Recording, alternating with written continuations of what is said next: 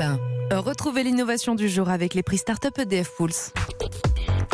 Et l'innovation du jour, même en cette fin d'année, bien sûr, c'est avec notre ami Anissé Mbida. Bonjour Anissé. Bonjour Bernard, bonjour à tous. Anissé, avez-vous passé un bon Noël? Oui. D'abord. Long. Avez-vous été cambriolé? Non. Ah, écoutez, tant mieux, tant mieux. Et demain, encore moins, parce que, dites-vous, les caméras de surveillance deviennent de plus en plus intelligentes et désormais, elles peuvent prévenir la police dès qu'elles voient un cambriolage, une attaque à main armée ou même une bagarre. Ouais, Mais c'est déjà un peu le cas, il n'y a pas des systèmes d'alerte sur les caméras? Non, j'ai vraiment été surpris. C'est une technologie qui a été mise au point par des ingénieurs d'Athena Security aux États-Unis. Et vraiment, moi, je pensais que ça existait déjà aujourd'hui. Parce que c'est vrai qu'il y a des caméras de surveillance, mais elles se contentent bêtement d'enregistrer tout ce qui se passe. Et puis c'est tout. Il faut toujours avoir ensuite, quelqu'un. les policiers regardent les images. Qui regarde des images et qui donne l'alerte. Et bien désormais, ça va devenir complètement automatique avec l'intelligence artificielle. C'est la caméra elle-même qui va comprendre ce qui se passe sur les images et ça va permettre de prévenir automatiquement et même plus rapidement la police ou le propriétaire de la maison en cas de cambriolage. C'est un système qui commence à être testé pour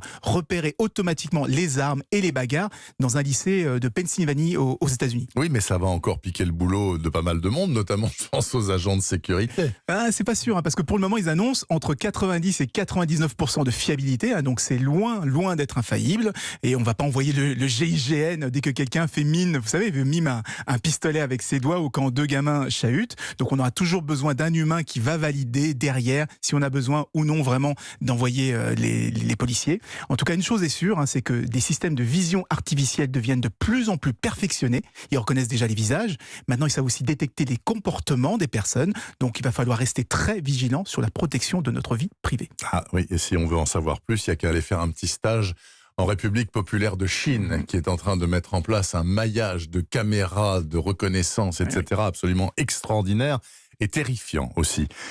Merci beaucoup Anissé Mbida, merci pour toutes ces innovations de 2019, puisque c'est la fin de l'année, et 2020 est prometteuse en la matière. En tout cas, je vous souhaite un très bon réveillon Anissé, à la semaine prochaine. C'était l'innovation du jour avec EDF. Depuis 2014, les prix Startup EDF Pulse soutiennent les innovations européennes. Retrouvez les lauréats sur edf.fr/pulse.